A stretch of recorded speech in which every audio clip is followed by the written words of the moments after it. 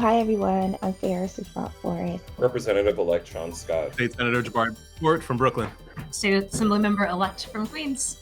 What's your name? Also, my name is Claire Valdez. I'm sorry. I'm sorry. I have a quick question.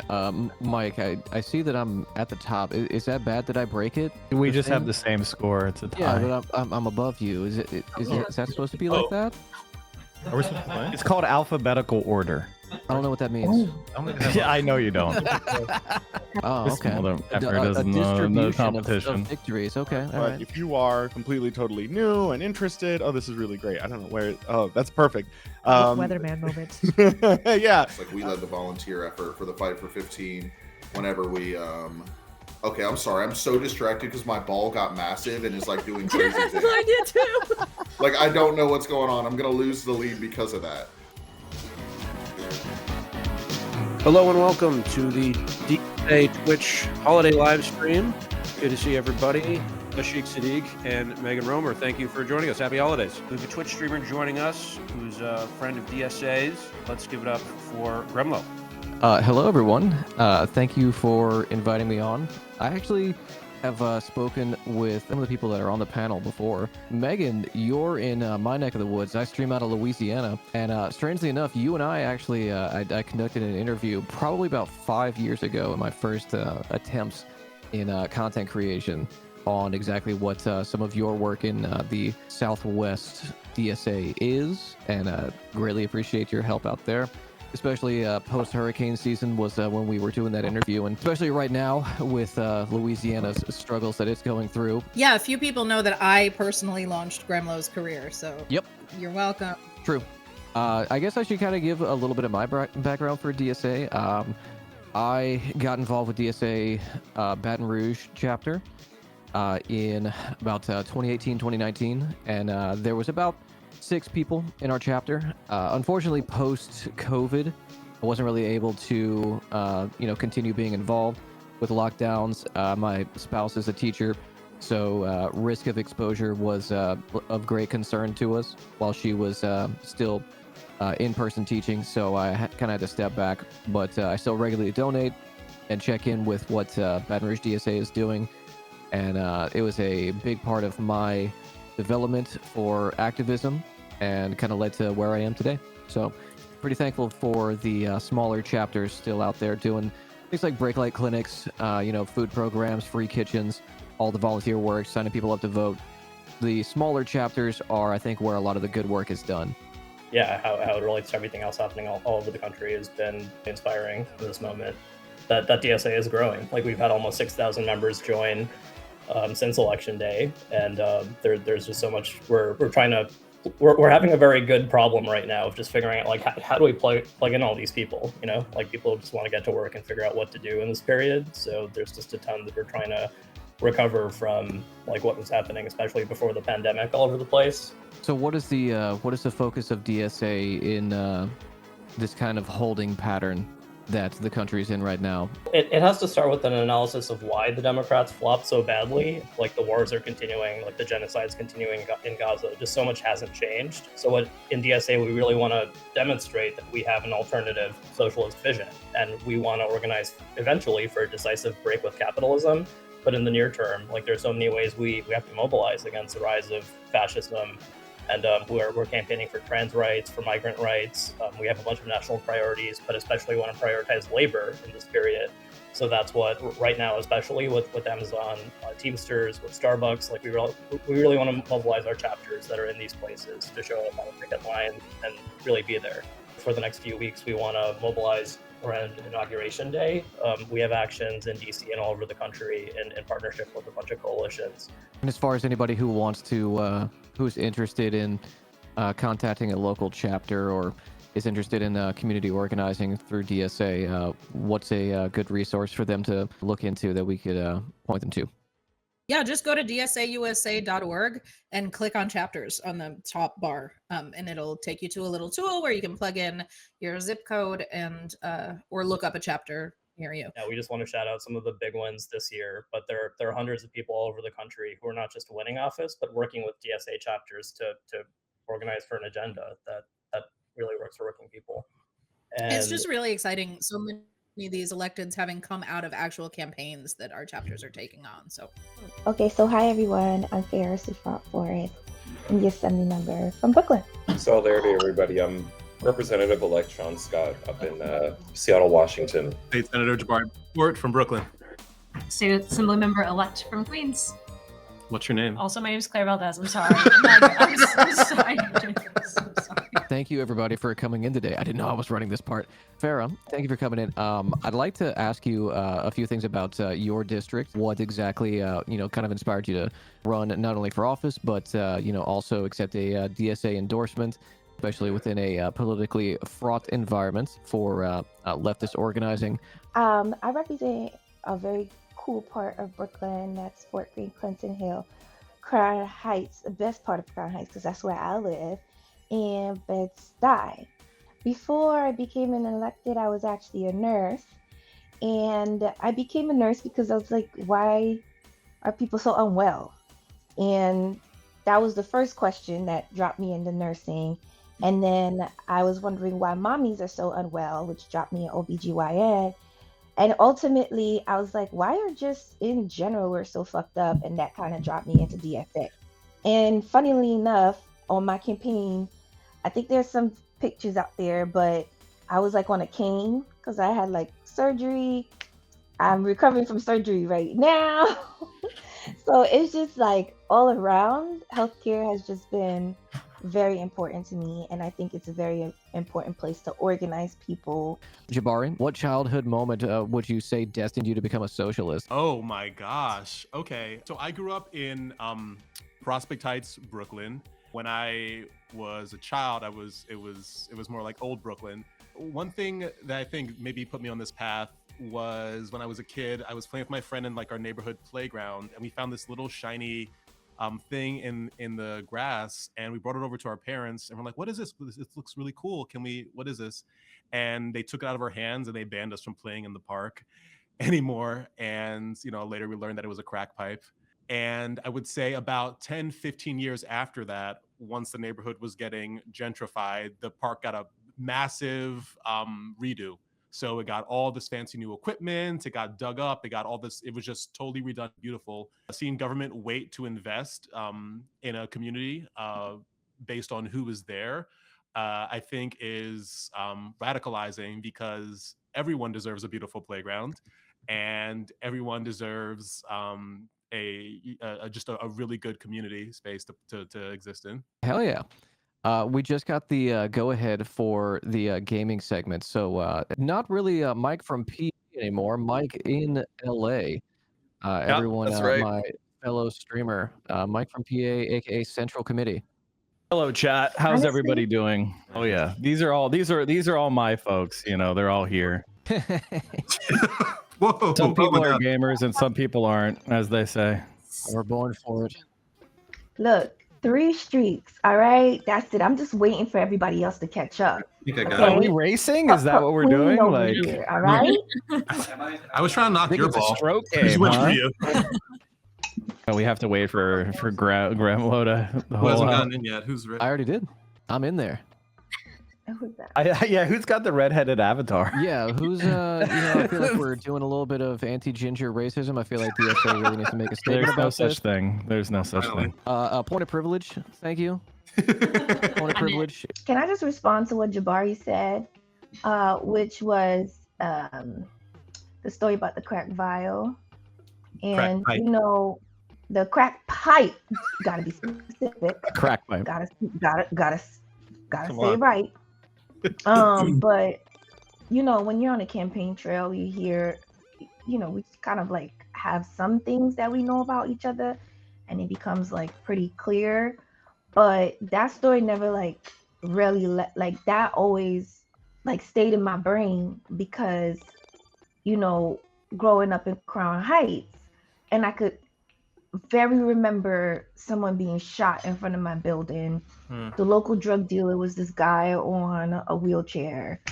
I remember when we had people living on the roof, and I always thought they lived in the building, like they had an apartment, but nah, they was living on the roof. And it was one day the police came and like picked them up. But that part I hold like very like clear in my brain. And it's not that you hold it dear, but it's like, okay, this is the memories that bind us. And so we understand the history of the neighborhood. And so when sometimes you would have somebody say, oh, well, we should try for this, before I realized what was organizable issues and, this idea of organizing, and we should definitely not accept the status quo, and be like, yo, what are you complaining about? Like, sis, you wasn't here. You wasn't there. And it's like, no, but that should not be a part of, like, that shouldn't be the unifying identity of a neighborhood. I don't know. Oh. Victory from Mike and Peter out. That was fast. Mike from Mike PA. won? Rematch. Yeah, we Mike did 6 won? holes and Wow. I hit par. Nice What do you say? Okay, dude. Gamers in. All right, so we Sorry to know who interrupt the to heartfelt knock out stories. each and every time, Mike. Close second. Yeah, we'll see what happens when you finally drop in on some Marvel rivals. Okay, we'll see who's talking shit then. Okay. All right, so we know Some who of to us are go just born for. gamers, you know. Oh, Okay. you when was named the the last game. gaming stream on the Central Committee broadcast? When was Gosh. that? Yeah. I think I played Warzone with Hassan. Helldivers. No, it might have been Helldivers. Yeah, it might have been Helldivers. Who knows? Well, I didn't really introduce myself to anybody who's here, but I'm another, some say, popular streamer on Twitch. But I was once a politician as well. I ran for the state legislature in Pennsylvania back in 2014, so I'm an old head, elder millennial. Hell yeah. So it's fun to be on Twitch now, and I'm trying to build this, alternative media for socialists that I've seen so successful in places like, Mexico and other places as a strategy of getting around the mainstream media, which shows unalloyed hostility to our politics.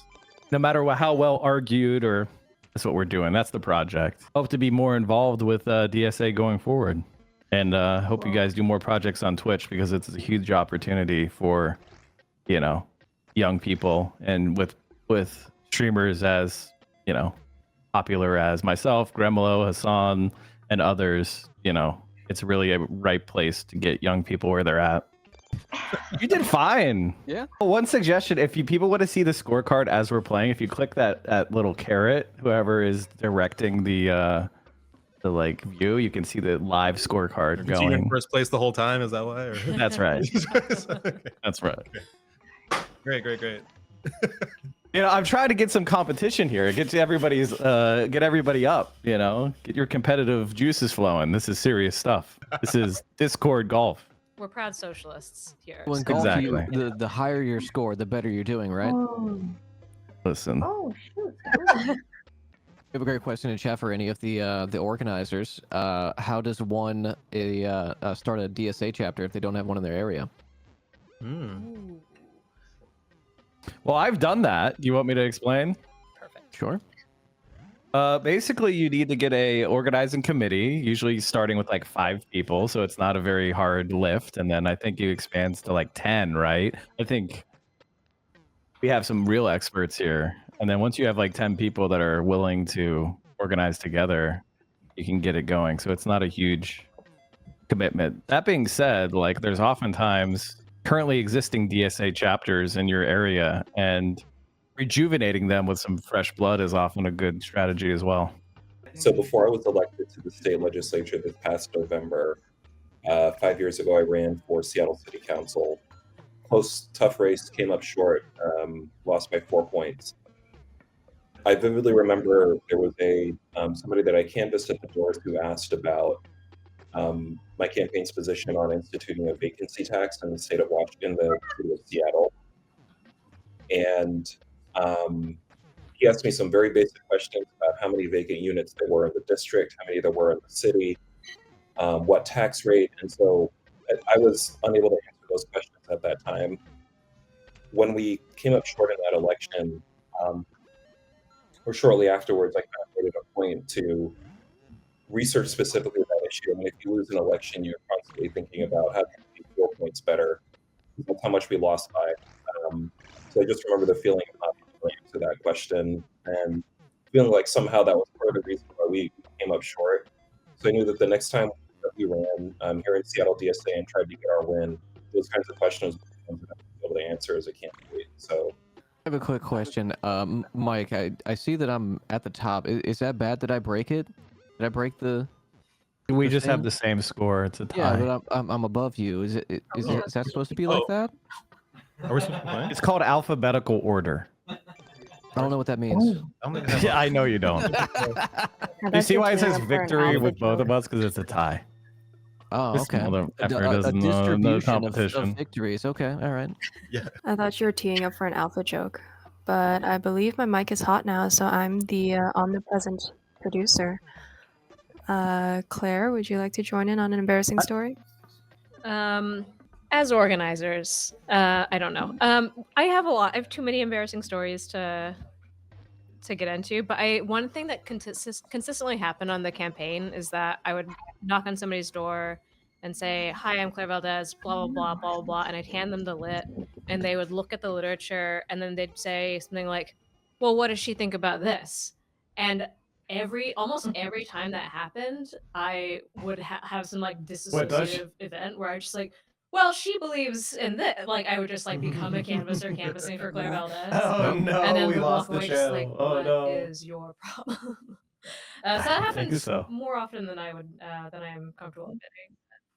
That happens. Cool. All right. Let's go. I got a hole in one. Is the scorecard up?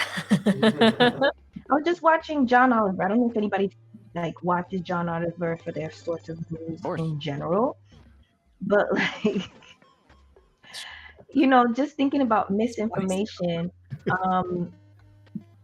If we don't have even the access to it, then what else do people have other than text messages or their WhatsApp or like my dad constantly like sends me stuff about how you can really kill COVID, and I'm like, maybe you should just try to prevent it, you know, with ginger juice instead of putting on your mask, you know what I mean? But this idea of like broadband access for all, not making it so expensive for people to log in and at least find the truth and be able to discern how they want to guide their lives. That's like super important. One of the problems with broadband access is that the mapping of coverage is entirely a lie. Let's say like one apartment complex is connected to like Comcast or Spectrum. If one apartment is connected, then the company counts the entire apartment block as being connected.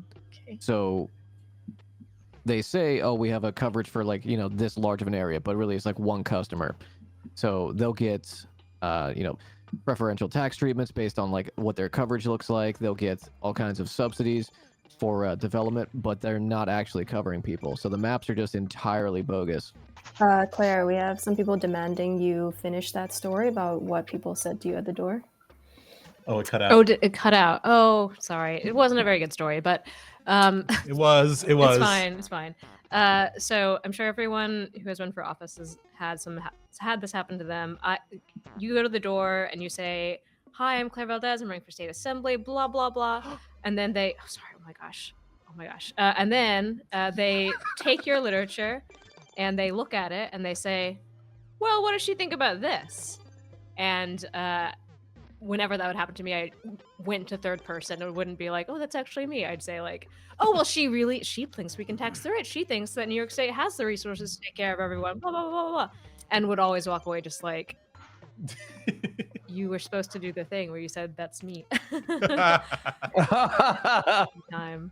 All right, here's a softball, and this question is also for our hosts. The worker must have bread, but she must have roses too. What are your favorite types of bread and roses, and why? Favorite bread. Like I'm a big fan of focaccia bread. Ooh. You know, I'm torn between like cocoa bread, which is delicious, and like just a really, really solid bagel. True. I was gonna say pumpernickel bagels because, you know, It's about representation. Dark bread matters. Pumpernickel. I actually got fired for that type of bread from a job before. You can't just leave it there and not elaborate. I was working at an Outback Steakhouse. I sorry, I thought I heard someone else talking. I didn't want to interrupt it. Yeah, I was working at an Outback Steakhouse, and you know how they give you like the little the pumpernickel bread and like honey butter. We were like slammed one night. I still have the scars on my arm from the bread oven at Outback Steakhouse. We were just like slammed, and we ran out of bread, and we had to like put more in the oven to like heat up. And my table asked for more after getting like 5 plates of it, and so I was like, "Yeah, I'll get you some as soon as they're ready." Went out for a smoke break, came back in, and my shift manager was screaming at me because the table had told the manager that I told them no, I wasn't gonna bring them any more bread, and got fired like on the spot. No questions asked, no like, "Oh, I didn't say that." Just like, "Nope, you're fired. Leave." What? Yeah. Wow. Man, just cause. Yes, Nothing will turn you into a socialist like working tables. Let me tell you. Wow. Have you Shout out considered the to- freedom of the capitalist? We got a shout out to RWDSU now. See when we get to unionize the rest of the restaurant industry. Speaking of which, I believe we are due a shout out for the Amazon and Starbucks picket lines anyway. Yeah. That's right. Claire, I've seen you on the picket lines. You want to give a small bit?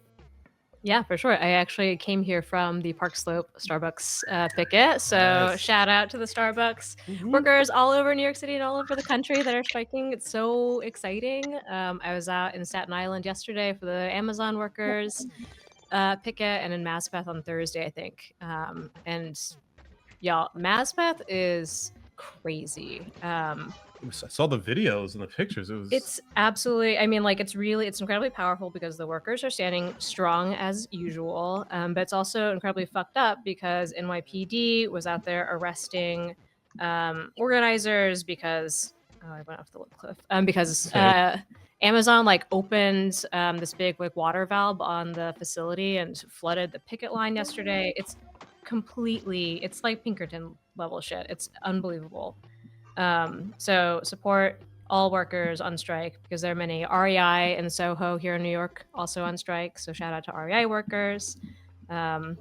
Big moment of militancy in this country. It's really, really beautiful.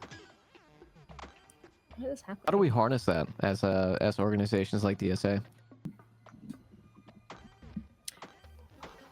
What do you mean harness it? Claire, How do we maybe we want harness to talk that, about how Labor Working Group, what kind of support Labor Working Group has been doing at these pickets. Yeah, so DSA sent 2 buses of folks out to the Staten Island picket last night, the night before last. So like just materially getting people out to places, especially where there's not great transit, is like a huge thing that DSA can do, has been doing. I was on the picket line today with a bunch of DSA members out in sub-zero temperatures, bringing hand warmers and coffee, and just like themselves and their friends out, showing some love. Strikes work when the community shows up, so it doesn't matter if you're one of the workers yourselves. Like just getting out there and showing love and solidarity is the way that these things can really win. And DSA has been doing a lot of that all over the country. That was so inspirational. I'm ready. Oh, yeah. That's why Claire is our labor candidate. So, We're labor candidates. Yeah, and we can get more shop floor militancy up into the stuffy, lame halls of power. Yeah. Let's go.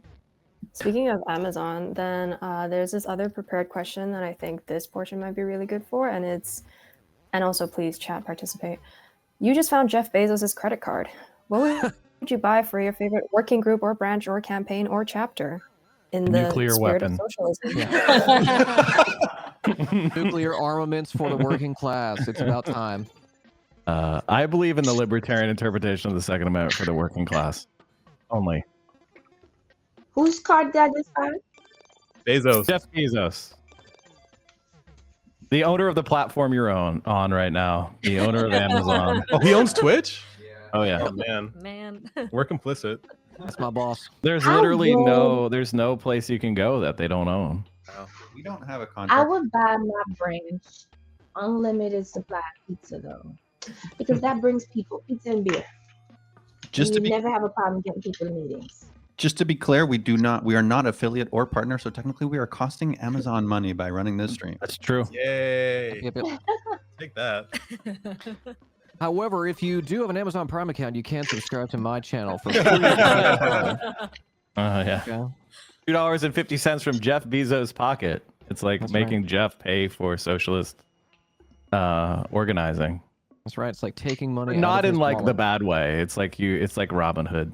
It's like stealing from his wallet. I think I would Food just and- buy all and rent. of the housing and units that rent. BlackRock has bought across the country. I Yeah. would Those up to public. if we're buying things, let's take. Let's buy. Yeah. Why are we giving him money? Expropriate. No buying. Nobody. Why Yeah, does that's he get right. to We can- maintain his we power can over our reframe it. economy? Favorite socialist or organizing related book or movie that you would recommend our viewers check out? Oh my God, where's my book? Ooh. Okay, this was a big hit last year, is when it came out, I guess. But Daisy Pitkin's, since we're talking about Starbucks workers organizing, Daisy Pitkin's book On the Line is one of the best books about labor organizing and like social movements and what solidarity means that I've ever read. It's like incredibly beautiful. Yeah, On the Line, everyone read it.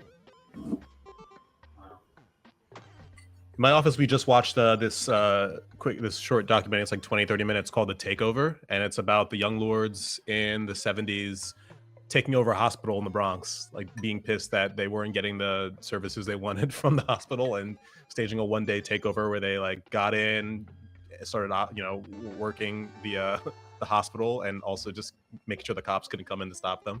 Megan won that. What a Nice. gamer! Shout out to Wow. Megan Wow. Rummer for winning Wow, that. what a quietly in the gamer. background. Incredible. Alex, do you want to announce the next game, or I can? We are going to transition to a different game while we wait Oh. on our intermission team. So we have a couple people playing as two characters. This is a soccer game. Everyone moves at the same time, just like with mini golf. You want to drag backwards. Okay. the direction Oh, you okay. I see how go. it works. Okay. So Claire, you have two characters to control, and Graham, you also have Great. two, and Nice. Phara also has Oh, two. okay. I can't. Just crashing the Gremloe. Oh God. Boom. Okay. Oh, Oh, we're open. Uh-oh. let's do it. What is? I'm gonna crash into this thing. I'm glad no one asked me what That again. my favorite Musician musician for is me. or musical artist is. Yeah, and if favorite they would musician. support Who The are you? revolution, because all of my favorite artists right now are like city pop and like Japanese artists, and they are not big fans of communism. Ew. All Can't right. listen to those traders. So, whoever's on my team, please watch my back because I definitely think I can get. Oh, I'm this going one. for Phara again. Where is Phara? She's in the bottom left corner. That ball is so big. Let's put it in. Get it in there. Let's go. We're all going. Go! Oh man. Block. You got nothing. Oh. I think I knocked into you, Claire. Yeah. Oh my God, that ball is right. Oh. It's... Damn! Watch everybody go There we go. for the ball. Oh, that's wrong. Okay. All right, let me just. I'm just gonna stay where I am so I can block these snowmen. They'll be in your way. Oh shoot! Wait, what is this block? Yeah, I'm just gonna stay in your way. There's power-ups. No way. Power ups? I hate the fine print. I'm going for the power up. Oh no! the Don't shoot ball? the ball into our own net. Look, where's the ball? Oh, do it. Own goal. Own goal. No, don't own goal it. Oh, thank God, I was able to deflect. Oh yes, come over here. No. Oh, the ball hit me. Jabari, you got it. I got it. Why No, you can't I? don't, Jabari. Not if I have anything about to do with You're it. too far away. You can't stop me. Wait, can I Let's run see. it? I'm I'm going I right feel for that like ball. this is. Come on, baby. Oh hell yeah! Boom. Oh, Come on. Come on, come on, there we come go. on, Get in come there. on! Oh Come on, so close. I'm too far away. I'm just gonna tackle Megan. Are you? Yeah, Don't I'm worry, gonna go I'll in the tap mid it I'm in. going I'll to tap it tackle in. Don't whoever- worry, I'll Oh, tap yeah. it Tap in. anything. Power I'm up. right here. I'll tap it I got in. you locked in. Nah, Nope. too late. No! Yeah! We're the B team now. B. Anyone else have pets that they'd like to introduce? Pet names, perhaps? I'm gonna Well, go what there. is a socialist or organizing related name that you would name your pet? Lenin. Or maybe Joseph Pollen. hard to, That'd be like, good for a cat. I know. Hey, Jabari. Hey, what's up? We're almost like really rubbing up on each other there. Oh, I see. Yeah, yeah. I'm like gyrating on you. It's just don't say I didn't do anything for you today. Gremloe, I'm gonna boost you into the ball. Go for it. Shaun, tell me something that you're looking forward to this coming year in organizing your chapter, your district. We're talking about standing at the state level analog to the NLRB in Washington State, since it looks Yeah, like Shaun, it's I going to know. be severely defanged, defunded under the Trump administration. So that's an effort that we're really looking forward to getting underway. No, Phara. Phara. Wow. Easy clap. Look at the instant replay. I gotta be the first one to get there. Something I look forward to in 2025, that's gonna be the passage of treatment, not jail. This year is the year to mandate treatment courts across the state. Oh my God. Someone closer. I'm supposed to really nervous right now. I'm just in the way. But like this idea of like not being locked up while you're still struggling with mental health and prioritizing your mental health before the criminal justice procedure. I think that's something that should be standardized.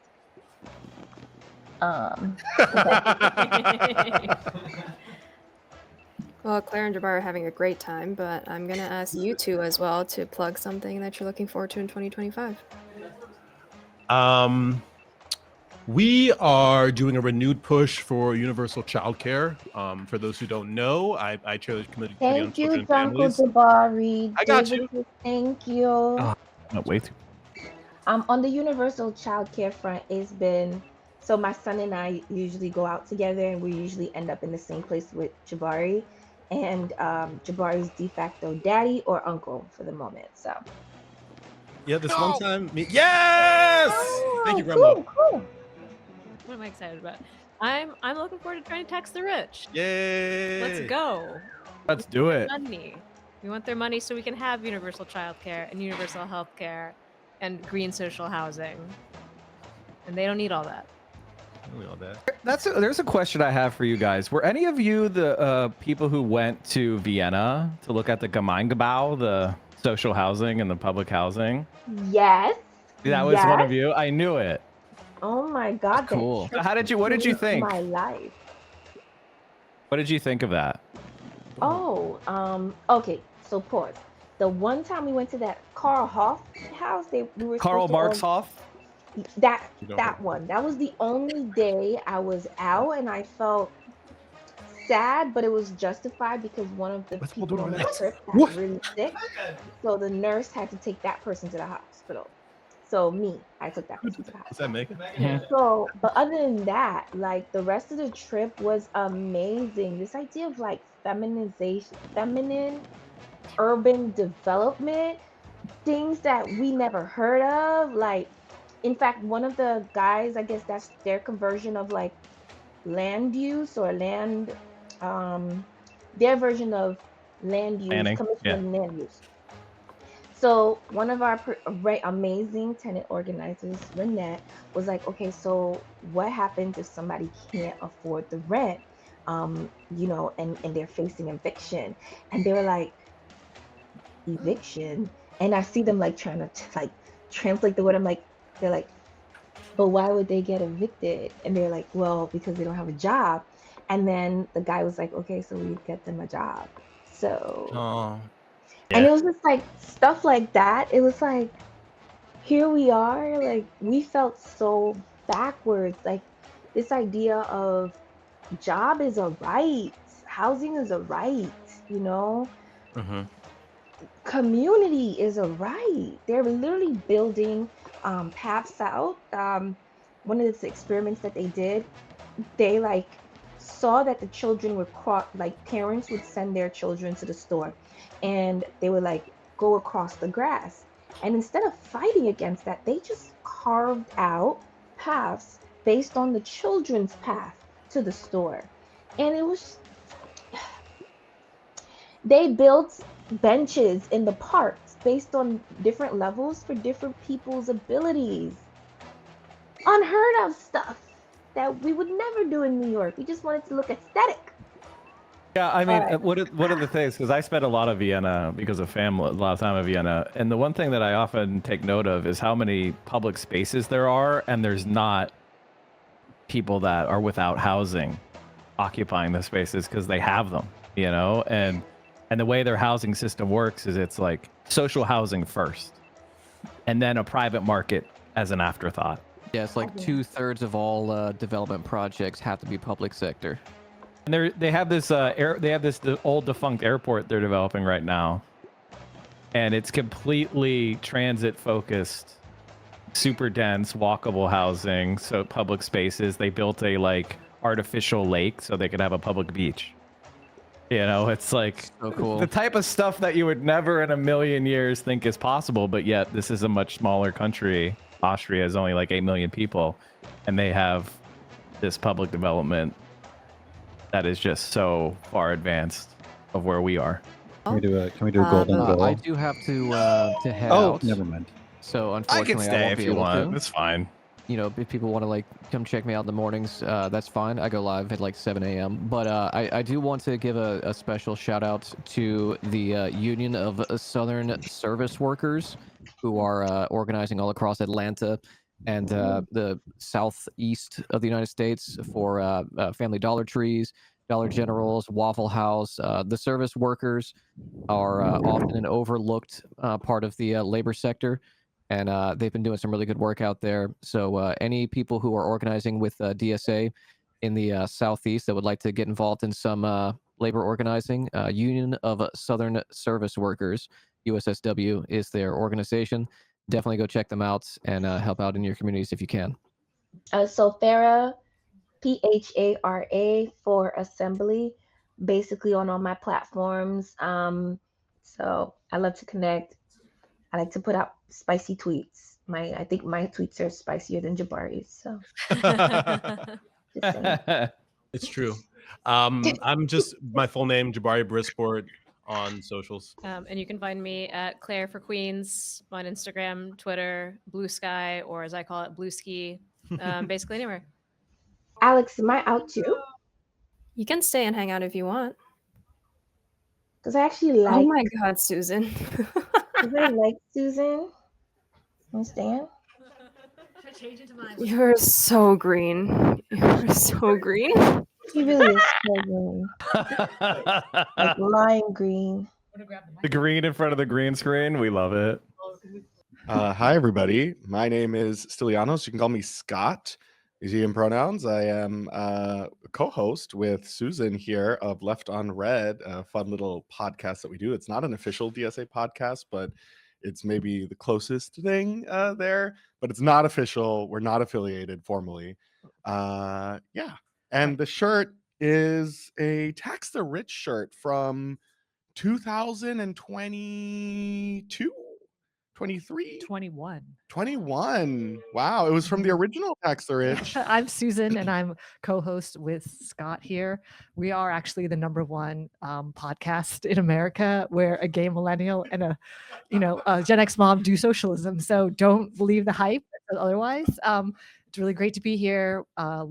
I've been a member of DSA, NYC DSA, since the Trump bump, and I hate that we're doing a second Trump bump. We hate that, but we love that you're all here. Oh, and my shirt is probably from Shein or something like that, which we also don't love, but was lent to me by another DSA, NYC DSA comrade. Claire, who was just on a few years ago, used to be membership coordinator here in New York City DSA, and she started this thing that we call the New York City DSA 101. And originally it was this program where if you were a new member and you just recently joined, we reached out to you, we invited you, and it was like an orientation. It was everything you need to know about DSA, how to plug in, how to get involved, how to be democratically engaged, all that sorts of stuff. About 2 years ago, I started doing them alongside the then membership coordinator, Ronit, and it's been a huge success. Now it's like 75% of the people that come are not yet DSA members. And we do this little, what is DSA? Who are we? How to get involved? And why should you join? And so Susan and I are going to do a cute little version of that for all of you here today on Twitch. Thanks everyone for being here. So for those of you who are like veteran socialists, this is going to be a bit of review. But for those of you who are DSA curious, welcome. All right, so to talk about socialism, we have to talk about what is capitalism. And the thing about capitalism is that we kind of naturalize it. We assume that's the only way that societies and economies can be organized, but that's false, right? So capitalism is a system designed by the owning class. I can recommend books if you want to know how that developed. But the general idea is that some people own money and their job is to make more money.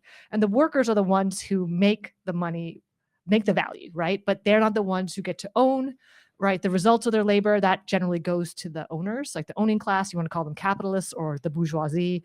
And workers don't benefit from the fruits of their labor the way that the owners do. And that's a problem. It's not, we're so like we think everything's natural. So we just think it's fine that some workers make minimum wage and that Jeff Bezos makes more in an hour than they'll make in their lifetime. And so that's what is the problem with capitalism. We think that this gross inequality is okay because it's the only system most of us have ever thought of. So Susan just explained what capitalism is in a very brief nutshell. What is democratic socialism? So she was just talking about the system in which some people, a small group of people, basically exploit the rest of us, and they control what happens in society. They decide what is produced and how it's distributed. Under democratic socialism, we, the working class, would instead collectively own those resources and production. We would be making the decisions that the capitalists are making right now, and we wouldn't have an economy or a system that relies on one people oppressing another. The economy is basically designed in this way around sharing economic planning, making these decisions collectively, and distributing resources equitably. And when we say equitably, what we also mean isn't just every single person gets the same amount of bread and the same amount of housing, but you get it, according to that famous Marx quote, from each according to his ability, to each according to his need. So if you may need more housing or an accessible form of housing, right, because you have a larger family or you have a disability, you would get that kind of resource, not just everyone gets exactly the same thing. And under democratic socialism, we would highlight and reify feminism and racial equality and eliminate these oppressive relationships between people. When we talk about the working class, yes, we're talking about this Marxist definition of people who work for someone else. It's their relationship to capital. But we also recognize that in that class, there's a lot of subdivisions, and that includes among gender, among race. And so we would want, under a democratic socialist society, to have equality, equity for all of those people. People always say, oh, you like socialism? Why don't you move to Venezuela or Cuba? And that's like a dog whistle. We're not talking about whatever kinds of system people associate it with, I guess, state-run Leninist parties. So we want a democratic socialist system, right? So it's not authoritarian. It's not based on like a one-party dictatorship. It's not based on repressing ideas or disagreement, right? So, and we don't know exactly what that looks like. People are always like, checkmate, socialist. What about this, right? And that's the thing, is that you don't have to know what the future looks like to want to build something better, right? And we don't have, because we're not there yet. We do know that it's going to be based on democratic principles, which is the idea that this new world can only be won from the bottom up as a result of struggle, as a result of democratic decision-making, as a result of discussion, right? A lot of people who are smarter than me have talked about like what this might look like, political theorists. I'm a little bit too, I'm not like theoretical and philosophical enough to be that kind of person. But if you are curious, other people have talked about like the ways that we could deliberate and make democratic decisions in a fair way, better than right now, like in a just and diverse society. But the idea is that everyone's voice is heard, respected, not just a few elites. It wouldn't be like our current system. I don't know if you saw the news, but there was like an 81-year-old Republican congresswoman who like would be coming in to make votes, but was otherwise in memory care. And we all believe that people deserve health care, even if they are Republican congresspeople who are hoarding political power, right? So just, don't get me wrong, but everyone's voice is heard. It's not just like this representative system that's unfair, in which rules are written in a way, districts are drawn in a way that exclude people's voices. She wasn't making votes, by the way. Not that I thought that occasionally would bring her in for big votes. No, the last vote she made was in July, and then they haven't seen or heard from her in Congress ever since until someone found out she was. Like I said, I'm just glad that she was able to get the care she needs. That's what all Americans deserve. Okay. Yeah, they should not be being forced in front of Congress to make decisions when they can't. So how are we attracting people to this? What is the sell? We talked a lot about equity. What are some of the oppressions? Why is this equity necessary? One of my favorite things about being in DSA and democratic socialism and this kind of like solidarity first type of politics is we recognize that all of our fights are intertwined.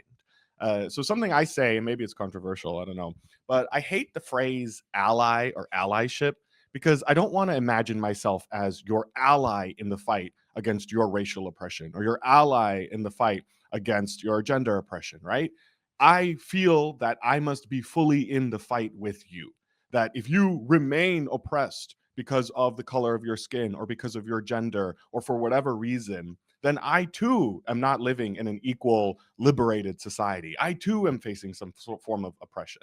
And this type of solidarity is necessary because we need to bring everybody along for this together. We're not going to organize that working class first, this democratic, this socialist society, unless we're able to organize all these people under it. And in order to do that, we now need to talk and advertise about we're ending all of this systemic domination. There's no just society in which any of us are dominating anyone else for whatever reason. And you see threads of this in capitalism here, especially in the United States, where, for example, this country is very much built on the theft and destruction of the native people that were here before settlers from Europe came, the enslavement of Black people, many originally from Africa and then also again from the Caribbean, and of course, repeatedly over the last 200 years, even after the end of the slave trade, the continued oppression of all of those people after they've come here, and many other forms of racialized capitalism and oppression. And under democratic socialism, we're not saying, we're not trying to say class is the only thing that matters. We say class first, but everything else is deeply important. And we must also confront structural racism. And we must unify this multiracial working class in that goal of equity for everybody. And of course, this includes people that are not men, right? If we recognize that we live in a patriarchal system that supports one group of people, and for whatever reason, be it class, be it gender, be it race, we have to end all forms of that domination, that support. And people that are not binary, people that are trans, for whatever reason, if you are facing some form of oppression or domination in this society, you should not be. We should have an equitable society for everyone that respects everyone's human rights. Okay, so we're very happy to say that we're not alone in our realization. Socialism is on the rise. So people are tired of the two-party system. So whatever people were saying, like, oh, this 2024 election is a repudiation of like how the right is on the rise, that's false. People stayed home, they didn't vote. If you look at survey data, people like our ideas, people like socialism. If you look at people's reaction to Luigi Mangione, you can see that people are angry, right? Mangione. All right. Right. You can see that people are angry, right? They don't like a system that robs of our basic needs at the cost of enormous wealth and, profit for the few. Including things like private health insurance, which makes money by denying us care. So both parties, Democrats and Republicans, they want to perpetuate the capitalist system. Like, how many times have we heard someone like Nancy Pelosi say, we're capitalists? Well, you are, my dear, but we are not, right? You inside trade, and I try to scrape up money for Christmas gifts. So Bernie Sanders' presidential campaign was very important because it took democratic socialist ideas to the mainstream, and I think that what ended up happening that was beautiful is that Bernie Sanders is kind of like the Velvet Underground, right? Everybody who liked Bernie Sanders, right, it went out and started engaging in politics, right? Just like everyone who heard the Velvet Underground went out and made their own band, right? So sorry, that's like a These are really great Gen X references. Gen X reference. Yeah, that's the good. Gen X mom. Okay, and so this led to many campaigns, many people running for office who wanted to carry that mantle of democratic socialism forward. Like, for example, in our own Congress member, Alexandria Ocasio-Cortez. We have almost 100,000 members in DSA, and that's growing. Like the number of people who have come and joined since Trump's reelection. We hate that's what caused it. We love that it's led to this growth. It's been keeping Stylianos very busy. He's like, I never see him because he's always 101ing. He's always here doing 101. And Not so much anymore. Okay, Shout but out to Abiant and Allison who have been holding it down here in New York Yes, City. but- Although Ronit and I got called in for a few because we had like 5 a week scheduled. Exactly. And we couldn't hold them here anymore because we ran out of space. So these Susan, are if you want a quick number, new members since election day is almost 6,000. okay. Yeah. So that's actually only like 6 weeks ago. So we love that growth. DSA endorsed candidates are winning in local and congressional races, and we've won higher wages, better working conditions by going on strike as unionized teachers, auto workers, nurses, graduate students. Right now, NYC DSA is supporting striking workers at Amazon as well as striking workers at Starbucks. So if you are in New York City, come join us on the picket line. I hate being cold, but you can be cold with your comrades, and that's a form of warmth. We've organized. That's good. Okay, we've organized. I have like technical fibers on under this sweater. We've organized more than 350,000 calls to Congress demanding a ceasefire in Gaza. We've just been our ability to organize, mobilize members has been fantastic. Even though it didn't work out the way we wanted, we also had all these great calls to Schumer to get the National Labor Relations Board Biden nominees brought to a vote. Anyway, didn't work out the way we wanted to. The YDSA, the Young Democratic Socialists of America, have also been fighting for divestment on college campuses, really leading that effort. There are so many things happening nationwide. Obviously, we know a lot here in New York City, but nationwide, that when you see something happening that indicates some form of progress or the left is doing something cool or some form of power, I don't want to brag too much. There's lots of people involved in doing lots of those things, but chances are DSA is involved in it somehow. And that always makes me so incredibly proud to know the people behind the scenes making some really incredible stuff happen and moving things forward to organize people to change the system full sail. So how are we doing that? How is DSA structured? This is kind of a boring part, but if you are completely totally new and interested, oh, this is really great. I don't know where, oh, that's perfect. Weatherman moment. Yeah, it doesn't really look like that. It might feel like that when you first look into any of the structure of the organization, but the moment you spend like a couple days, you go to a meeting or two, you're like, oh, a lot of this makes sense. So DSA is a national organization. We're the largest we're the largest socialist organization in the country. And if New York City DSA was its own, we'd be the second largest socialist organization. I know this is a national stream. That's the 101 line. There's little like bits that we just always reuse. And nationally, we are governed, so to speak, by what we call this convention. Every 2 years, all DSA members vote in their chapters. I'll explain what chapters are in a second, to send people to convention. Usually we hold it in Chicago. And at convention, we discuss and debate resolutions, proposals, political ideas, campaigns, all that sort of stuff. And we also vote for leadership in between those 2 years. The leadership is what we call the National Political Committee, or NPC, and they are playable characters. You can become an NPC member, believe it or not. It is 16 people, right? Or is it 18? Somebody help us. 24? No. It is a number of people. What was the question? Sorry, I missed it.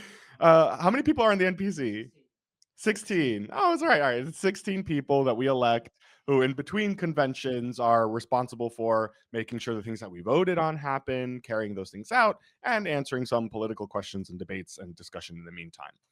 We also have other national committees that coordinate tons of different kinds of work across the country. Obviously, here we're talking about the NEC, or the National Electoral Commission, which does a lot of support for electoral work, getting people elected and related. We also have the NLC, which is the National Labor Commission, which does a lot of that labor work and labor support. the NCC, which I don't even know what that is. What is that? What is the NCC? National- And what something new just happened where we like elected someone or we made a decision about that? Hi, I'm David V from the National Electoral Commission. I'm also on the National Comms Committee. That is DSA's committee that oversees our national communications, like what we post on Instagram, Twitter, even some public statements and stuff. So I just got reelected to the National Electoral Commission. Like the other bodies that Scott was talking about, we elect our own leadership from our members. And yeah. What recently changed with comms nationally? Oh, yeah, that's a great point. So Thank you. the comms committee used to be kind of a closed body, but it is now currently being changed to incorporate volunteers. Anyone from across DSA who wants to get involved in national communications can now join the National Comms Committee and help determine the direction of our national communications to the wider public and our members and all that stuff. Yeah, so you don't have to be elected. You can be new to the org and jump in right away and join and do work at the national level. We love that. Exactly. It's really cool. Thank you, David. Really appreciate Absolutely. you being able to tell us the answers to We those have- questions. we have like a real action-filled room here that you can't see. Just like DSA, we're just very dynamic. Yeah, it's a great org to be in. And some other really basic things that you should know. We hear the phrase a lot, chapter. So DSA is this national organization, and we're organized by chapters, which are kind of like the locals. It's where you will spend most of your time, do most of your work, where the people that you live near will be. Chapters are usually based around the metropolitan area, sometimes a larger region of a state. So that will include, for example, New York City DSA, Chicago DSA, and then there's like West Champaign, Urbana, Illinois DSA. That is more representative of a region. Or what's the one in Virginia? River Valley. Yeah, exactly. New River. Yeah. Yes, that will represent regions or more broader areas, for example. And all of these chapters each have their own forms of leadership and places to plug in, do work. It's where you'll spend most of the time and where a lot of those things come out. So it's kind of, I don't know if I would say decentralized, but it's locally based, very grassroots, feeding up into the top. And then in your chapters, all of them are a little different. In New York City, for example, because we are so huge, we have what we call branches. And those are just smaller geographic distinctions to make it easier to have monthly meetings because there's too many people to show up in one room every month.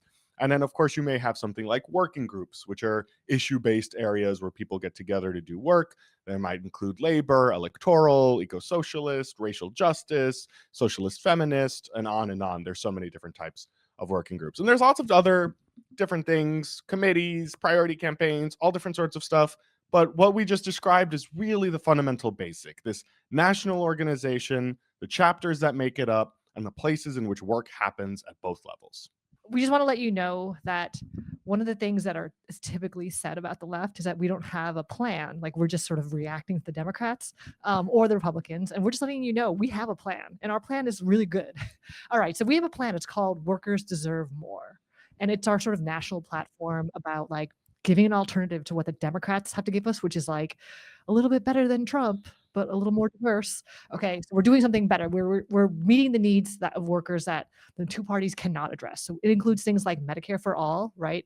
Right here. Yes, and yeah. So our folk hero Luigi Mangione has told us just how important it is to have, healthcare not attached to your job or to your ability to purchase it on the market. It would save CEO lives, right? If we passed Medicare for all. But basically by giving them their lives back, by letting them spend time with their families, because they'll be doing regular jobs. We want to end the war on drugs. We don't want to treat people with addictions as criminals and lock them up and continue the cycle of difficulty and poverty and violence. We want to treat addiction like a health issue. Yeah, and relatedly, there's such a reaction, right, since like 2021, like that criminals and we feel dangerous. So we want to fight mass incarceration and police brutality. That's not the response. We want to demilitarize the police, abolish mandatory minimums and cash bail. We want to have college for all. Everyone should be able to go to a public higher education institution for free, the same way that you can go to elementary school and middle school and high school and eventually, hopefully, pre-K and kindergarten and wherever you live. You should also be able to go to college for free. You deserve that education. And we should cancel student debt. That was my student debt repayment plan, hoping that it would get canceled. And now Trump has been elected. So I'm wish casting another 4 years into the future when DSA cancels student debt. Oh, so not only that, we want housing for all. We want universal run control. We heard our electeds and playing the game talking about what they have in other cities, right? So, if Vienna can do it, why can't the U.S.? High quality, multi-income public housing. We all need it, and we deserve it. We have a social housing campaign in New York City called "How's the Future." If you, Yeah, well, Mitchell-Lama. Timothy Chalamet. Yeah. Timothy Chalamet did this video where he talked about Mitchell-Lama housing, He which is grew like, up there. which is a form of social housing here in New York City, which we have some buildings still left, but we don't do that anymore. Right. The city abandoned it in the 1960s. And we have This is a it right here. Oh yeah, this is college and housing. This is the vision. This is the world liberals want. Right. Timothy Chalamet did a really cool video on social housing. Check out howsthefuture.com. If you go to that, you'll see our New York City DSA campaign for social housing. You can get involved tomorrow. As the socialist mom in the group, we also want to support working families, including paid leave for all workers, and free public universal childcare and pre-K. And we saw Senator Brisport, who's right there, who is leading this in New York, but we want it for everybody. What is that RIP. image? It's holding hands. Oh.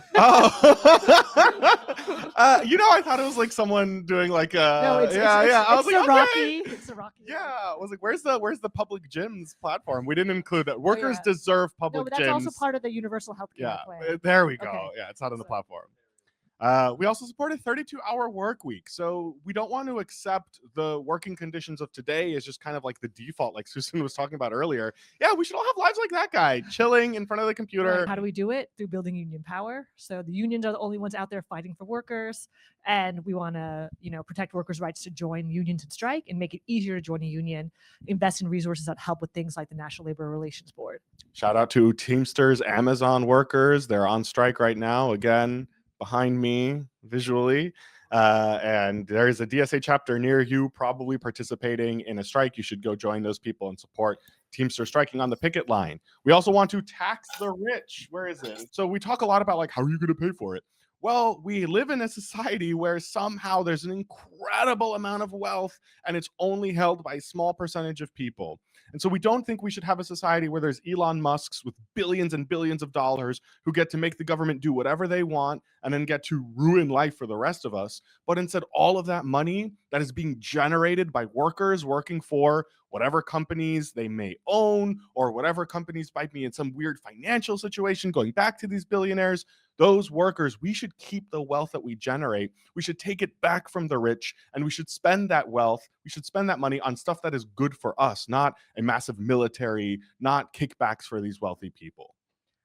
So we're also part of this is a Green New Deal and right here.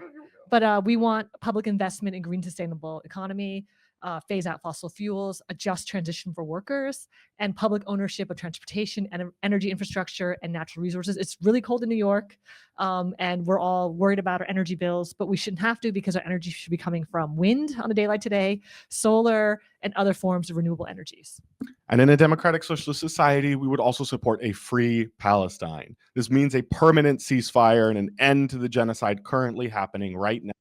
It would mean an end to all military aid and weapon sales to Israel from the United States, and ideally from every other country in the world. It would mean that we actually respect the International Criminal Court and the International Court of Justice, these international institutions that have been set up, have been making their decisions that the United States and many of the countries that are dominated by it or follow it or operate in that international liberal world order simply choose to ignore. And we would support sovereignty for the Palestinian people, that they may have their own state or whatever form of freedom is applicable to them. It shouldn't be the United States deciding what that looks like. The Palestinian people should have the ability to have freedom, sovereignty, self-determination. Part of that is to end the war machine. The U.S., we have a bloated military budget. And we want to stop that. We want to close overseas bases, bring troops home. We don't have to, have such a huge part of our federal spending towards guns. We need more butter. We need healthcare. We need childcare. We need Green New Deal. I love butter. Yeah, we're going to do austerity on the military budget. Right. We want to end. Besties, can we speed through the rest of this? We want to end sanctions that hurt the people of governments that the United States doesn't support, which include, for example, Cuba and Iran and Venezuela. Want freedom to migrate, so movement and freedom for workers, not just money. demilitarization of the border, ending detention, deportation, and amnesty for all. We want to expand voting rights. We talked a lot about economic issues. Right now, we also include political, democratic issues as part of our platform. Everyone should be able to vote, including people with criminal convictions, including people who are in prison, who are not citizens yet, and statehood for DC. We want a more representative Congress. We want to replace the two-party system with a multi-party democracy. We want to expand the seats in the House of Representatives. And we want to end this Senate filibuster. Like right now, it's incredibly undemocratic. We want it to be a representative institution. This is a fun one I didn't know we had in. We support a popular vote for president, which would not have changed the election results of last month. But we want to, regardless, the Electoral College is undemocratic, regardless of who it votes for. And we want to replace the Electoral College with a simple popular vote for president. And finally, we want to reduce the power of the Supreme Court. They're a bunch of unelected lawyers. We don't need them to have so much power. We want to limit the court's power to judicial review, which is used to create and abolish laws outside of the democratic legislative process. And if any of that stuff sounded really good to you, know that DSA organizers like us, like everyone else that you've seen on this screen, and like could be you, if you are already a member, you are one. If you want to be a member, you could be one, are ready to enact that plan, are ready to do what it takes to organize the working class, to develop enough power so that we can make our vision a reality. And there is an inauguration mobilization plan right now that we're organizing to react to Donald Trump's presidency and his inauguration on January 2nd. So if you are on the East Coast, there's going to be a People's March in Washington, D.C. Oh, this is really great. Is that Elon Musk? Which is that President one Musk? over there? Yeah, President. Who's this one? I can't see his face. That's JD Vance. Oh, Poor Vance. We already forgot him. I know. I'm like, solidarity with bears is all I'm gonna say for JD Vance. Good for him. I hope people are dropping this link in the chat, but there is a register. You can register to host an event or participate in an event near you to participate in that mobilization plan, to take action right now and organize to make that vision a reality, to prevent people like Donald Trump and Elon Musk from further ruining this country, making it even worse, if you could believe that's possible, and organizing the working class to win socialism. Right. So join DSA. Yeah. This is Bud. You don't like Bud. Stylianos is I wasn't going to say that on the stream. But No, you should fight it out. All right. You should fight it out on You want live to fight for someone on you air. don't know? Join DSA. We need you. It's going to take all of us. Find chapter near you. The link is dropped in the chat. Join DSA and join YDSA. And whatever you can give, right, we want. Even if it's just a monthly donation, if it's just one phone bank a month, if it's 3 canvases a week, whatever it is that you are able to give, all of us together will fight against Trump and build this democratic socialist future that we all deserve. That's right. We don't care about necessarily how much money. We need your money, and we need your volunteer time and your support and your organizing, but we need you. What's the Uncle Sam thing? I want you. Yes, we want you. Yeah. We want you. Please be part of this. We can't do this alone. We need to do it all together. Right, God damn it, you guys. I wish someone screenshot that. Merry Christmas. All Happy right, holidays. We're very woke here. All right, and we are on standby. I love that Tanya has her full name and title on her user as well. I'm so used to sliding into everything that way. I don't know why I would have assumed. You gotta keep it professional, you know? Oh no. Yes, even when I'm gaming, it must be professional. Oh, I am. Don't fall, don't fall, don't fall. Oh, I'm gonna fall. I keep exploding myself on these gears. Same. I keep jumping too soon. Or there we go. Whee! Tanya, you can hit the space bar to dash faster. Oh, man. Awesome. On my Hey, my name's Richie Floyd. I am a city council member for St. Petersburg City Council District 8 in Florida, and I've been a DSA member for a while as well. And I also I was the youngest city council member in St. Pete when I got elected. Youngest that had ever been elected, but I am nowhere near as young as some other people on this call. So I think that says a little bit more about St. Pete than it does other things. Hi, I'm Tanya Vyhovsky. I'm a senator in Vermont. I've also been a card-carrying DSA member for quite a while, and really try to push forward leftist politics here in Vermont. Hi, I'm Marek Broderick. I am a University of Vermont student, and as far as we know, the youngest Burlington, Vermont city councilor. I've been a DSA member and a UVMY DSA member ever since I got up to Vermont about 3-4 years ago. My name is Christina.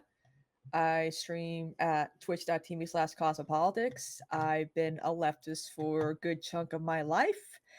And yeah, I'm looking forward to this actually. I've been a card carrying DSA member for quite a few years now. What is the furthest distance you've traveled for organizing purposes? I actually wasn't really that far. Actually, my sister traveled when George Floyd happened. She was visiting because we're originally from New Jersey, and she was visiting South Carolina. And she's like, I've never been to a protest before. And I was like, really? Never been to like a march or anything? She's like, no. I'm like, well, let's go to this George Floyd thing. Can you hear me? I went to Louisville and did stuff with Louisville DSA once, and that was a lot of fun. And I'm hoping this year to go to New York and do stuff for the Mamdani campaign for New York mayor. So most of my explicit travel for protest has been to DC.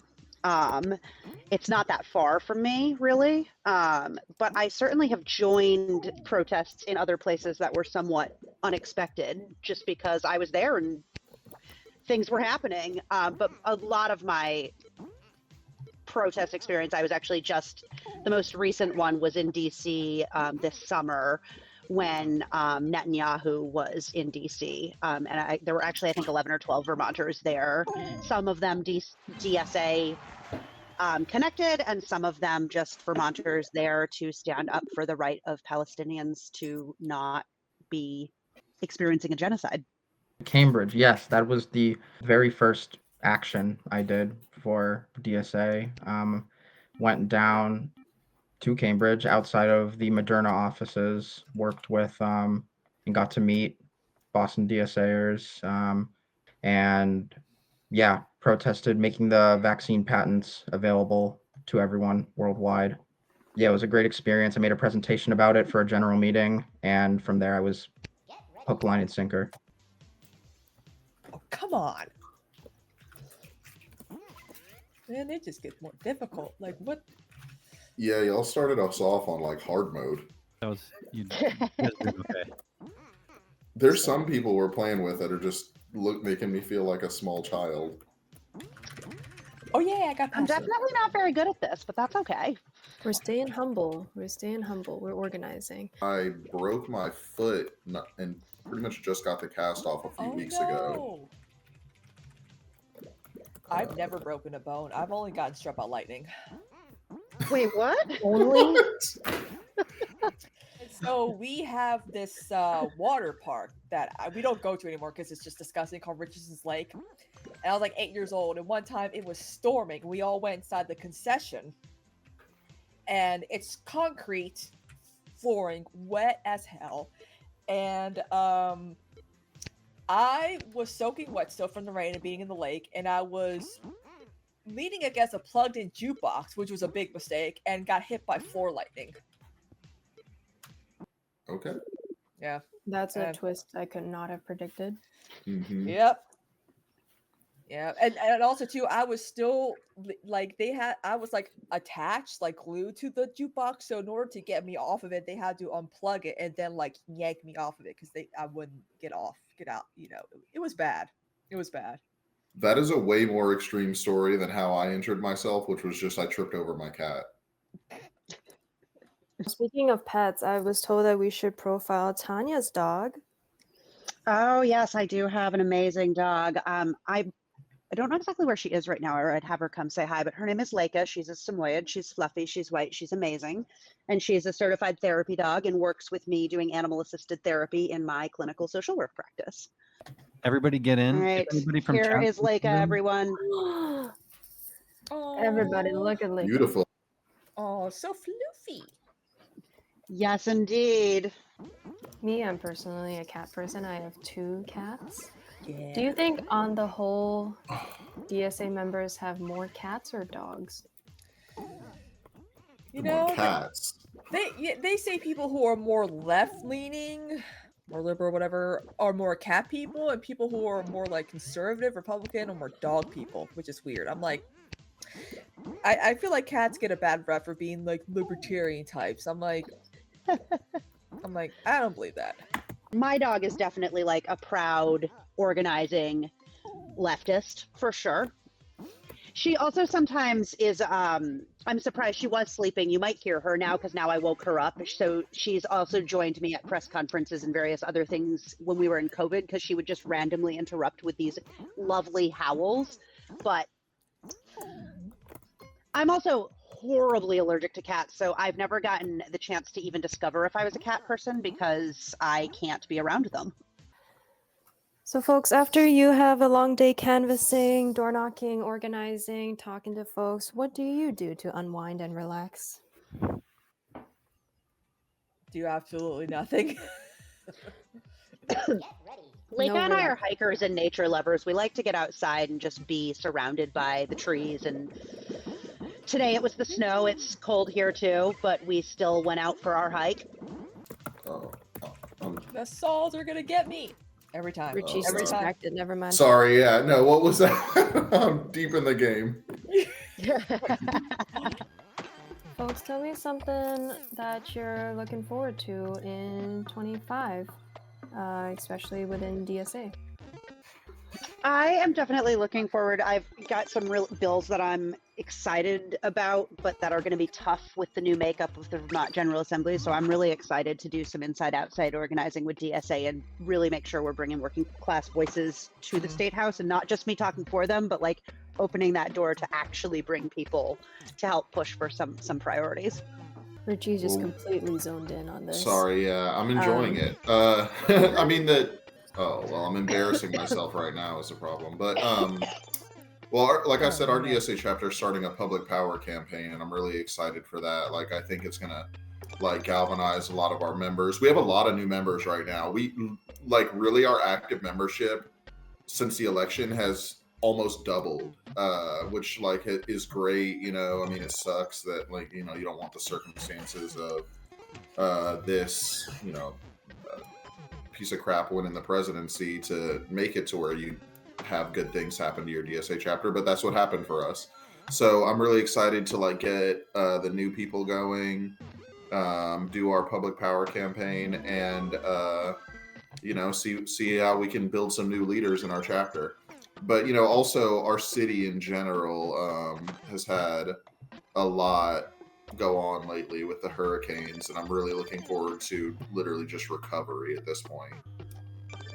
Yeah. Richie, you got a few members in the chat shouting you out.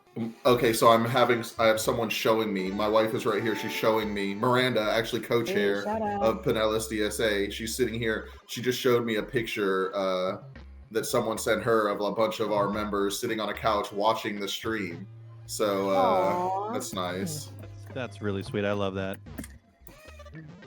Go M. I don't know who M is, but let's go. Is that I Marek? won. Marek, That's is me. doing it. That's Marek me. won this one. Marek, what about you? What are you looking forward to? Casual tournament. Housing and tenant rights, like tenant and community option to purchase, rent stabilization or rent control. Give me a success that you want to brag about specifically, whether it be chapter, campaign, working group, something that DSA has done great in that I try to make sure that people know. You want to start with Richie, maybe? I mean, the first thing is now I see that I'm in the lead at -2, so I'm going to brag about that for a second. Congratulations. Yeah, no. I think the biggest win that we've had since I got elected, like, I mean, I'll talk about that because that's what I know about, is we successfully like pressured the rest of the city council and the mayor's office into doing sorry, I'm getting caught up on public power. We successfully pressured them into doing like a right to counsel for people getting evicted. So that's been a lot of what we've focused on towards the beginning, and we've managed to help like 30 people facing eviction so far. Like, got the state to help. I say the state, the city to help 30 people facing eviction so far, and so that was probably our biggest victory. Other than that though, like personally, I like to talk about how I you know, how our chapter helped get the Fight for 15 passed. Like we led the volunteer effort for the Fight for 15 whenever we okay, I'm sorry. I'm so distracted because my ball got massive and is like doing crazy things. I did too. Like I don't know what's going on. I'm gonna lose the lead because of that. Okay. Actually, I'm gonna lose the lead because I talked too much trash. But yeah, getting the Fight for 15 pass was a big win for us as well because we were like the lead volunteers for that campaign, our DSA chapter and just DSA across Florida as well. And so that was probably my biggest brag. That's a really good clip that we should keep. Is I got distracted because my ball got massive. And then I lost by a stroke because of it. I actually really want to shout out my chapter for my reelection. We had a centrist Republican, I would say, running as a Democrat, who had a bunch more money than I did. I think at the final outspent me like 8-1.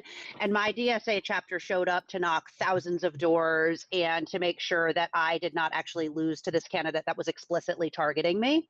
So I want to shout out my chapter for their incredible work on my reelection campaign. I could not have done it without them. Thanks everyone for joining so much. Let's go. Oh, I don't even get a back. All right. Hello. My name is Carlos Callejo. I am one of YDSA's national co-chairs and co-founder of Cal Poly Pomona YDSA. Really happy to be here. And hey everybody, my name is Sebastian Leon Martinez. I am currently one of the heads for NYU YDSA. I actually technically haven't even started my term yet. It's going to start in January. But I'm also the YDSA steering rep for New York City DSA. And, you know, obviously best chapter in the country, of course.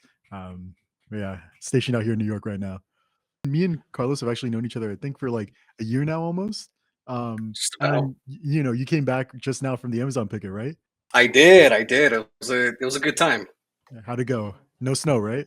No snow. I mean, look, I'm here in LA, so it was like 60 degrees, which for us might as well be snowing, you know.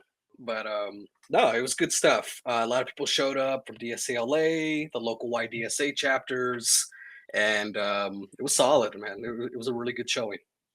No, I mean, yeah, of course. I was supposed to show up to the Amazon pickets out here in Queens and Staten Island, but I actually just finished like my last final 35 minutes ago. So, you know, I haven't been able to go out. Yeah. I definitely bombed one. I'm not gonna lie. But you know, like I'm glad to see a lot of especially YDSA folks out there. You know, I think a couple of them actually work at Amazon at the Queens one. So you know, that's been like really cool to see. We are going to definitely open it up, but in the meantime, tell me, Bud, yay or nay? Okay, I'm from DSA, like, you know, I'm from the LA area. Bud is a creation of DSA LA, so I gotta rep Bud.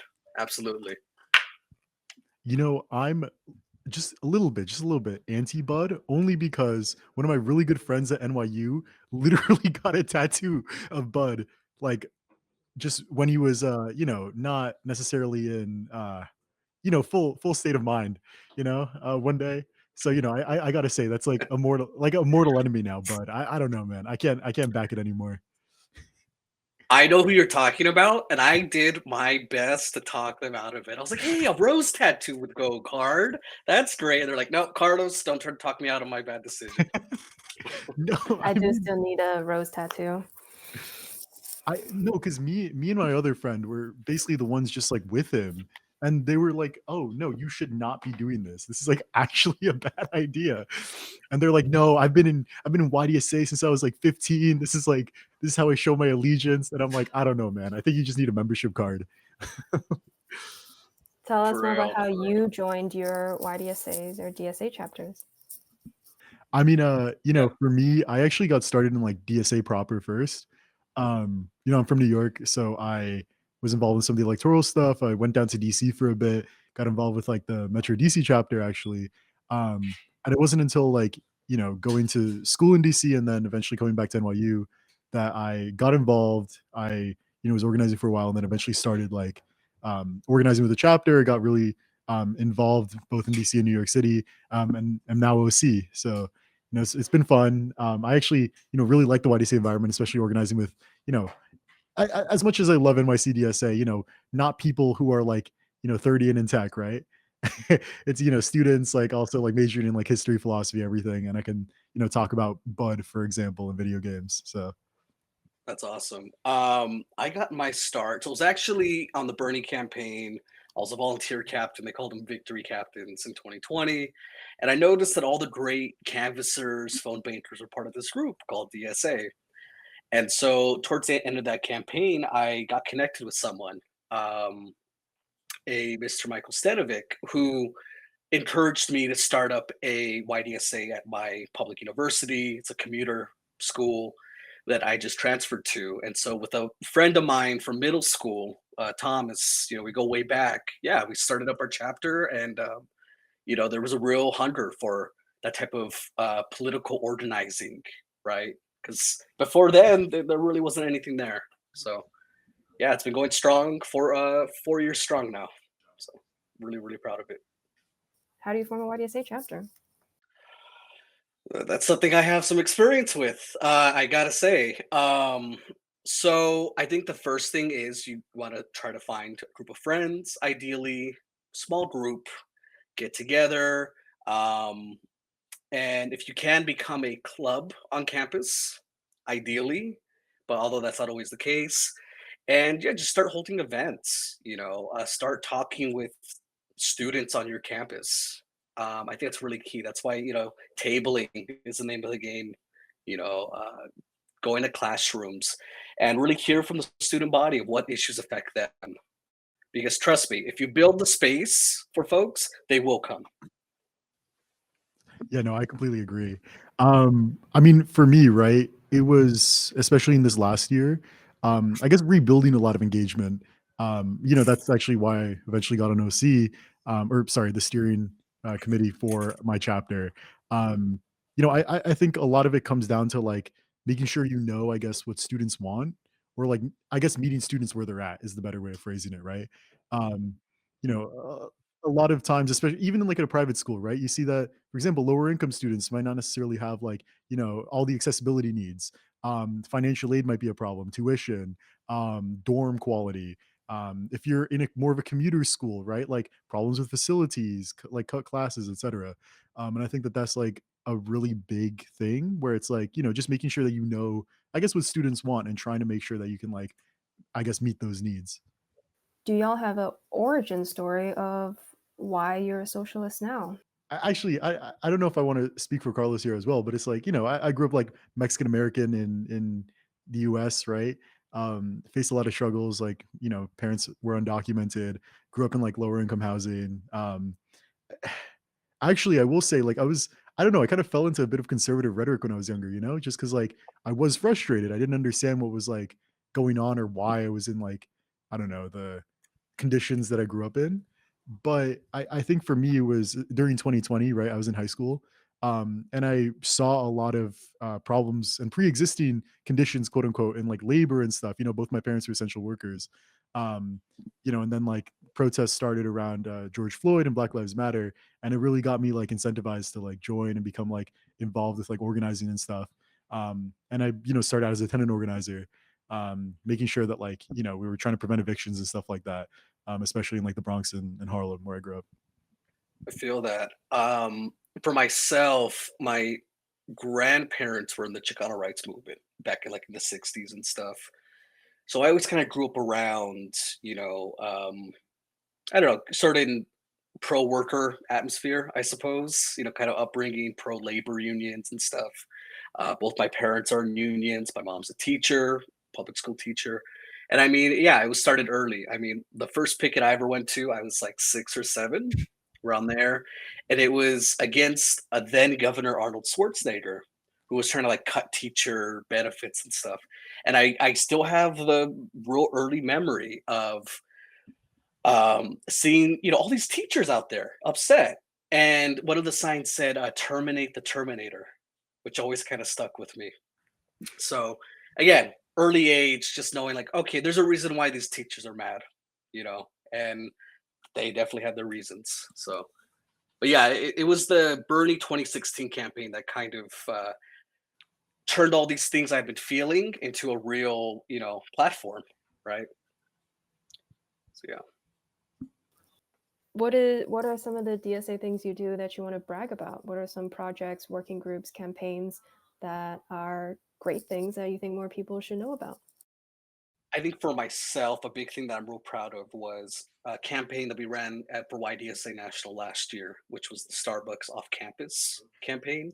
It was a solidarity campaign we did with Starbucks Workers United, where we pressured campuses to kick Starbucks off, for their anti-worker practices, and we were successful. And it was cited as one of the reasons why Starbucks management came to the table finally.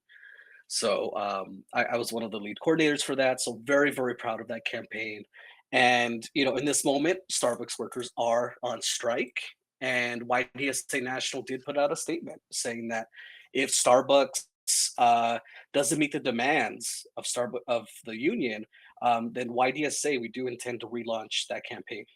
Because we do have the infrastructure set up. We have the chapters, we have the people, and we have the experience to do it again. Yeah, no, and I think that's how I actually, like I said earlier, met Carlos. He really helped me coordinate with a lot of that stuff. But at least for me, I think one of the campaigns that we're working on right now in New York, with all of our YDSA chapters, is around, it's called the Repair Act. Basically, NYU and Columbia don't pay property taxes, or actually very minimal. They technically do, but it's barely anything compared to the 320 million they evade every year. And one of the main organizing efforts that we're trying to do is trying to make that constitutional change happen in the next few years. We're working with our wonderful state assembly member Zoran Mamdani, and that was his bill, and we're trying to support that on the campus level. Like I said, I'm from NYU, so making sure that we build up support on these private school campuses to help then fund all of that money, that tax revenue, to the public education system, which my mom went to, my sister went to. A lot of lower income people, especially in New York City, attend, and it's been really rewarding, I guess. I have a story that I tell people where my mom didn't necessarily want me to go to, it's called CUNY, the public city school system, because she was like, oh, the conditions just aren't good enough, right? She'd gone and tell me stories about classes being cut and stuff like that. And I don't want to have kids who are de-incentivized from going to a cheap, if not potentially free option for school, just because it's being gutted and underfunded. And so that's been one of the main things that we've been focusing on, especially in this last few months since the summer. This has been a crazy 4 hours. Co-chairs, how do you feel about the inaugural national DSA Twitch stream? I've learned a lot.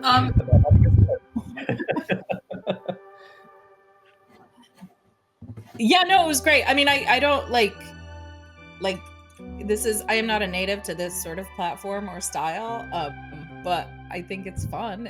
I get why people like it.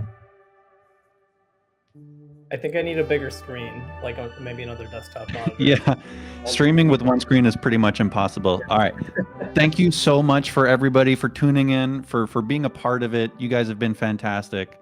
Thank you, Megan and Ashik. Thank you, Carlos, Seb, and everybody else who was here. Absolutely fantastic stream. Our biggest stream ever. Also our first big stream, for that matter. Stick around. Thanks. Thank you to our production team too.